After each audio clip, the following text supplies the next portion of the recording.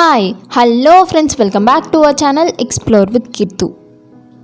இன்றைக்கி நம்ம வெண்டைக்காய் மோர் குழம்பு எப்படி செய்கிறது அப்படிங்கிற ஒரு ரெசிபி வீடியோ தான் பார்க்க போகிறோம். ரொம்ப ஈஸியான ஒரு ரெசிபி.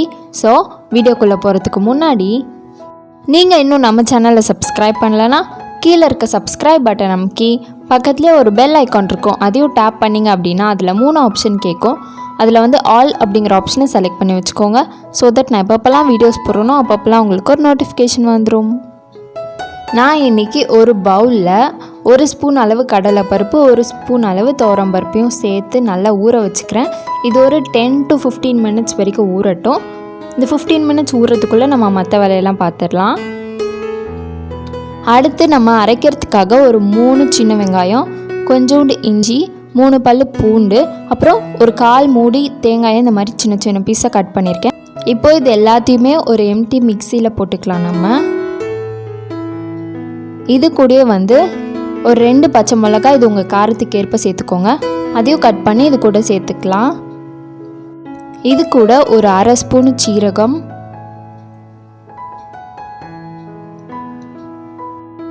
ஒரு பிஞ்ச் அளவு பெருங்காயத்தூள் உள்ளே சேர்த்துக்கலாம். இது கூடயே தேவையான அளவு உப்பு சேர்த்துக்கோங்க. அப்புறம் ஒரு 1/4 ஸ்பூன் அளவு மஞ்சள் தூள். இப்போ நம்ம ஊற வச்ச பருப்பு நல்லா ஊறிடுச்சு, அதையும் மிக்சியில் சேர்த்துக்கலாம். அவ்வளோதான், இது எல்லாத்தையுமே சேர்த்து அரைச்சிடலாம். நல்லா வேணும்னா தண்ணி சேர்த்துக்கோங்க கொஞ்சோண்டு. ஸோ அவ்வளோதான், நம்மளோட மசாலா ரெடி. இது கூடயே 1 கப் அளவு நல்லா கெட்டியான தயிர் எடுத்துக்கிறேன் நான். அதையும் இந்த மசாலா கூடயே சேர்த்து நல்லா அரைச்சிடலாம்.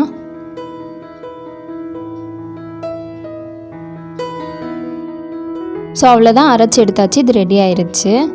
இப்போ ஒரு எம்டி கடாயில் எண்ணெய் ஊற்றாமல் ட்ரையான எம்டி கடாயில் நம்ம உங்களுக்கு தேவையான அளவு வெண்டைக்காய் சேர்த்து நல்லா வறுத்துருங்க.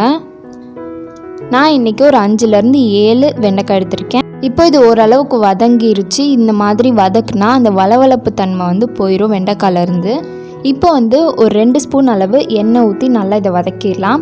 இது கூடயே கொஞ்சோண்டு ஒரு 3லேருந்து 5 சின்ன வெங்காயத்தை சின்ன சின்ன பீஸாக கட் பண்ணி உள்ளே சேர்த்துக்கலாம்.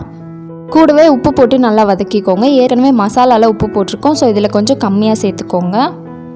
இப்போ இது நல்லா வதங்கினதுக்கப்புறம் ஒரு பிளேட்டில் ட்ரான்ஸ்ஃபர் பண்ணி வச்சிடலாம். அடுத்து அதே கடாயில் கொஞ்சோண்டு எண்ணெய் ஊற்றி, ஒரு 2 ஸ்பூன் அளவு தான் எண்ணெய் ஊற்றிருக்கேன். எண்ணெய் ஊற்றிட்டு கொஞ்சோண்டு கடுகு நல்லா பொரிஞ்சதுக்கப்புறமா கொஞ்சோண்டு சீரகம், இது கூடயே ஒரு 5 காஞ்ச மிளகாயை சேர்த்துக்கிறேன். அது உங்களோட காரத்துக்கு ஏற்ற மாதிரி சேர்த்துக்கோங்க. ஏற்கனவே மசாலாவில் நம்ம பச்சை மிளகாய் சேர்த்துருக்கோம். ஸோ காஞ்ச மிளகாய் சேர்த்ததுக்கப்புறமா கொஞ்சோண்டு கருவேப்பிலை சேர்த்துட்டு இதை லைட்டாக வதக்கி விட்டுட்டு, ஏற்கனவே நம்ம வெங்காயத்தையும் வதக்கி வச்சுருக்கோம்ல, அதையும் உள்ளே சேர்த்து நல்லா வதக்கிடலாம். ஒரு 2 மினிட்ஸ் வதங்கினதுக்கப்புறமா நம்ம அரைச்சி வச்சுருக்க மசாலாவை உள்ளே சேர்த்துடலாம்.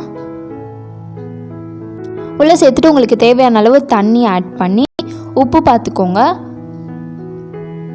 இப்போ ஒரு 1/4 ஸ்பூன் அளவு மஞ்சள் தூள் சேர்த்துடலாம். சேர்த்து இதை நல்லா கலக்கி விட்டு இது நல்லா கொதிக்க விட்டுறலாம். இது ஒரு 10 மினிட்ஸ் நல்லா கொதித்ததுக்கப்புறமா இந்த அளவுக்கு இதோட பச்சை வாசனைலாம் போயிடும், மசாலாவோட பச்சை வாசம். இப்போ ஸ்டவ் ஆஃப் பண்ணிடலாம்.